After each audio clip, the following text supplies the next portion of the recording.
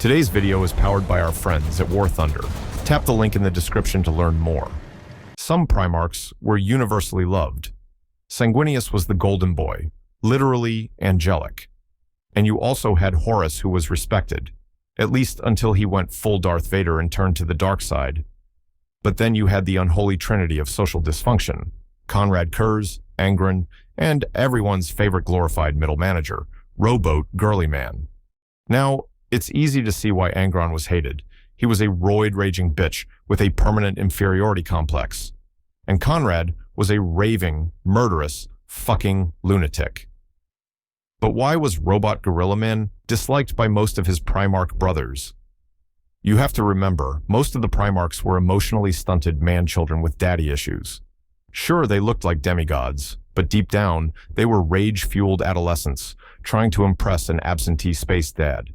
Many were raised in brutal environments, feral worlds, war zones, dystopias, so they valued raw strength, dominance, and the kind of leadership you delivered with a bolter. Meanwhile, Guilliman was raised by actual loving parents on a relatively stable world. He had a mostly normal upbringing, got his emotional regulation patched in early, and didn't have to eat anyone to survive puberty. Naturally, the others hated that. While they were sharpening swords, Guilliman was sharpening pencils. He loved rules, loved planning, and asked for extra homework like a true nerd.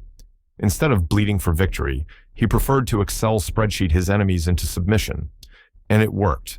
Ultramar thrived. His empire was functional, prosperous, and well-organized. Basically, everything the rest of them weren't. To his brothers, this made him look like an arrogant know-it-all. Too clean, too perfect, too smug. Even the Emperor, while clearly impressed by Guilliman's achievements, thought he was a teacher's pet that kissed too much ass. Regardless, each Primarch had their own reasons for disliking Guilliman. Surprisingly, before the heresy, Magnus and Guilliman actually got along. They were basically nerd bros. Both were progressive thinkers, obsessed with knowledge, and firmly believed they could fix the galaxy with enough books, flowcharts, and unsolicited TED Talks. Their homeworlds, Prospero and Macragge, were like rival Ivy League schools. Think Harvard versus Yale. Both were built on ambition, smug intellectual pride, and just the right amount of academic pretension.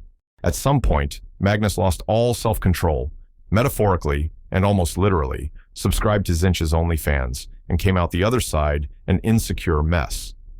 Yet somehow, he still strutted around, insisting he was the smartest guy in the room, screaming, "I did nothing wrong," at every opportunity. Because of this, Guilliman, the ever-the-rule-following valedictorian, saw him as reckless and arrogant. Meanwhile, Magnus looked down on Guilliman too, because after downloading the entire galactic Wikipedia into his brain, he was hot shit now. And this basically ended the relationship between the two smartest Primarchs. Now, onto the dumbest Primarch, Angron. Naturally, he hated Guilliman. To him, Guilliman was the ultimate pencil-pushing desk jockey. He saw his fancy tactics as cowardly, even though they resulted in greater victories. In classic Emperor fashion, Big E thought it'd be a brilliant idea to send the two off to war together. You know, some brother-to-brother bonding time. Instead, Angron nearly killed Guilliman. He saw him as weak, pathetic, and spineless. Which is hilarious, considering Angron couldn't even conquer his own home world. Guilliman, for his part, saw Angron as nothing more than a mindless rage monkey, useful in a brawl, but utterly purposeless beyond killing things. His last ounce of respect for Angron collapsed once he saw firsthand the atrocities he committed across the galaxy. Guilliman despised how Angron basically conducted war crimes to every non-compliant human world. What really pushed him over the edge, though, was how Angron treated his own legion, as cannon fodder, disposable in every sense. Guilliman couldn't stomach the fact that Angron would even butcher his own warriors in blind fury, treating them with less dignity than the corpses they left behind. Next up is Mortarion. Out of all the traitor Primarchs, Morty probably hated Robbie G the least, and that's mostly because he couldn't be bothered to care. Remember, Mortarion had a raging hard-on to hunt all psychers to death, but Guilliman wasn't a psyker. He was just an Excel wizard. Even after the heresy, when he found out Guilliman had been resurrected, Mortarion's reaction was basically a meh shrug. He would have much preferred someone more dramatic to make a comeback, like the lion. At least then things would have been interesting. And you know what else is interesting? Today's sponsor. Ready to pilot history itself? That's exactly why I keep diving into War Thunder. The moment I log in, I'm fighting it out with 70 million other players across every platform possible. You have the choice of commanding over 2,500 historically accurate military vehicles and combat aircraft. Whether I'm dogfighting in a 1920s biplane, flying a helicopter, driving a modern battle tank, or launching a strike from a naval ship, everything looks silky smooth and highly detailed. And the best part is, I never have to stay glued to my desk. The new mobile version on iOS and Android lets me sneak in full-scale battles on the train ride home. And once you've successfully destroyed the enemy, you can even watch a replay with X-ray view. That way you can watch the shell pierce and understand how that vehicle went kaboom. If you want to see what the hype's about, you can grab War Thunder for free on PC, PlayStation, Xbox, or mobile through the links in my pinned comment and video description. New or returning players on PC or console who've been away for 6 months get a huge welcome back bundle including multiple premium vehicles, an exclusive vehicle decorator, in-game currency, and more. It's only around for a limited time, so jump in while it's hot. Now, back to our regular programming. Then there's Konrad Curze, who, frankly, belonged in a mental asylum. To be completely fair, he hated everyone, including himself. But he despised Guilliman because he represented everything Konrad wasn't. Hope, law, and order. Talk about jealousy. Also, their ideals couldn't have been more different. Curze believed fear was the only leash strong enough to keep humanity in line. Guilliman, on the other hand, preached justice, while enforcing it through fire and blood. Konrad hated the hypocrisy because Guilliman spoke of peace, but ignored the mountain of skulls it was built on. He hid the cost behind noble, fancy words. Curze didn't bother. He put the skulls on display. Tastefully arranged, of course. But what really broke him was his future visions that showed the Imperium's inevitable collapse. Guilliman's clean, hopeful version of the Imperium made Curze's visions unbearable, since it was a shining lie in contrast to what Konrad believed was the truth. Instead of facing his despair, Curze tried to validate it by accelerating the Imperium's collapse himself. And he did that by constantly pissing off Guilliman. Sanguinius, on the other hand, never had real issues with Guilliman. As the empathetic brother, he understood that Guilliman's drive to overachieve came from a genuine desire to do good, not just some need to flex. But things got a little tense during the whole Imperium Secundus situation, when he, Guilliman, and the Lion tried to build a backup empire. Guilliman even went as far as crowning Sanguinius the new emperor. Sanguinius, much like Jon Snow, was not thrilled and didn't want it. He understood the reasoning, but still resented being put in that position. Still, despite the tension, he never truly hated Guilliman. The Lion was the third wheel in the Imperium Secundus drama. His relationship with Guilliman shifted depending on the era. During the Great Crusade, there wasn't any outright hatred, just a competitive rivalry. They were essentially tied for first place when it came to victories, which naturally bred tension. The problem with the Lion was that his ego was fucking huge. He saw pretty much everyone as idiots beneath him, and that included Robbie G. He didn't take orders, didn't explain himself, and never admitted he was wrong. Yet, beneath all that pride, the Lion low-key admired, and even envied, Guilliman's discipline and success. That said, he was deeply suspicious of him. When news spread that Guilliman was building his own empire, the Lion didn't show up for a chat. He showed up locked and loaded, fully prepared to erase Guilliman and the Ultramarines if they'd turned traitor. Luckily, that never happened, but the two still nearly came to blows more than once when raging at each other. In the end, the Lion begrudgingly respected Guilliman, not with warmth, but at least without hate. Another one of Guilliman's misunderstood haters was Lorgar. Lorgar was a religious nut that worshipped Big E more than Big E himself. Eventually, the Emperor realized this guy was a damn fucking heretic and commanded Robbie G and the Ultramarines to nuke the fuck out of their city, Monarchia. From that moment on, Lorgar believed Robbie G hated him and even enjoyed burning Monarchia to the ground. That grudge festered for years. But when they finally clashed on the battlefield, Lorgar realized something brutal. Guilliman never truly hated him. At least not until Lorgar invaded Ultramar. That's when it hit him. He was the real bitch. He had crazy regrets. But by then, it was way too late. The damage was done. The bromance was dead. Now, it's just eternal beef. Moving on to Alpharius. He absolutely hated Roboute Guilliman.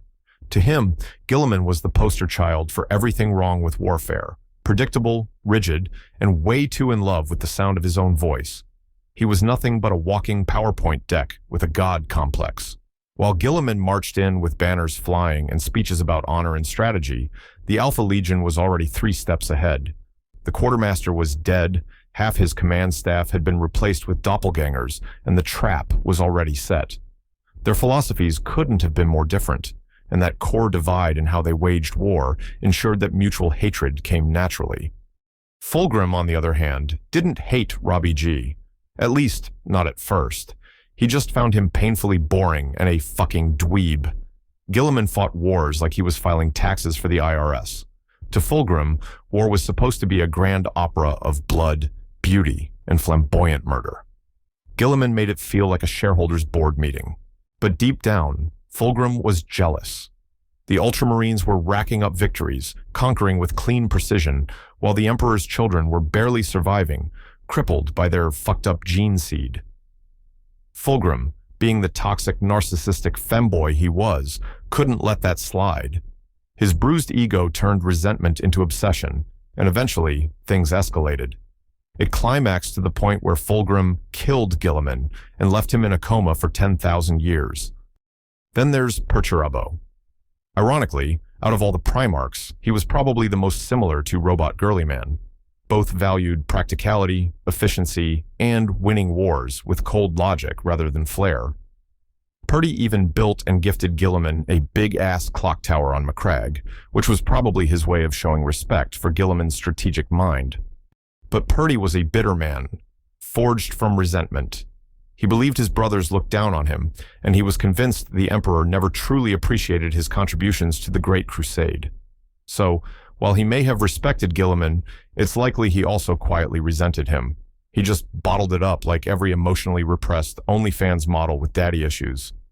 Then we have the final traitor Primarch, Horus Lupercal. The most surprising thing about this relationship is Horus didn't hate Guilliman at all. In fact, he liked the guy, thought he was reliable, competent, and not foaming at the mouth like Angron. Deep down, Horus probably spent most of the heresy wishing he had Robbie G instead of those narcissistic, whiny-ass lunatics. In another life, they might have made a terrifyingly effective duo.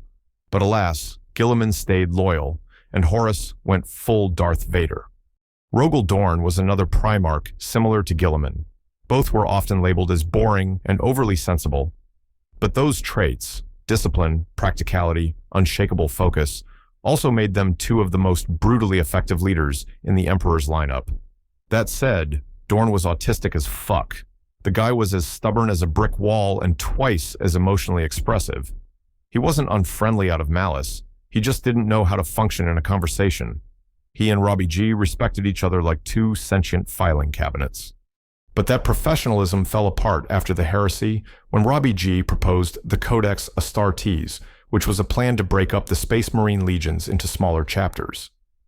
Dorn disagreed with the plan, and the 2 ended up arguing, which was probably the most passive-aggressive shouting match in Imperial history.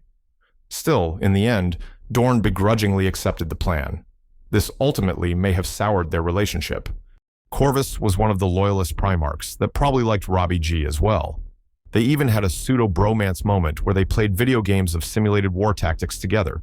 Corvus won a single match, once, before Guilliman cracked his stealthy emo tactics and then never lost again. Still, they got along. If they weren't stuck in the nightmare meat grinder that is the 40K universe, you just know they'd be chilling on Discord at 3 a.m., screaming into their mics, griefing noobs, and arguing over whether the Codex Astartes violates Steam's terms of service. Ferrus Manus didn't hate Guilliman. He just resented the fact that he was everything he wasn't. Deep down, Ferrus wanted to be Robbie G. Meanwhile, Guilliman genuinely thought they were bros.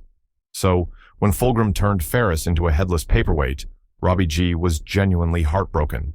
Not much is known about how Guilliman got along with Leman Russ in the con, but given how chill and zero fucks given they were, odds are they didn't lose sleep over his rulebook fetish. And Robbie G? He never really voiced any hate toward them either, probably because he was too busy micromanaging the galaxy to bother. So it's safe to assume they'd get along fine, if not as comrades, then at least as decent beer buddies. And finally, we have Vulkan. Him and Robbie G didn't spend much time together, but given Vulkan's unshakable morality, dad-level patience, and wholesomeness, it's hard to imagine them not getting along. So, in conclusion, although there was a handful of loyalist Primarchs that had amicable relationships with Guilliman, the rest of them hated his nerdy Excel autistic ass. To them, he wasn't a brother. He was the walking HR department of the Imperium. Shout out to War Thunder again for sponsoring today's video. Make sure to check out War Thunder now for free on PC, PlayStation, Xbox, or on mobile, and use my links in the pinned comment or video description to register. Those of you who are new or haven't played for 6 months on PC or console will also receive a massive bonus including multiple premium vehicles, in-game currency, and more. That concludes today's episode. Don't forget to like and subscribe. Please feel free to comment below on which topic I should cover next. If you'd like to support the channel, there's a Shopify store linked in the description for Warhammer LEGO figurines. I also have a Discord if you're interested in joining.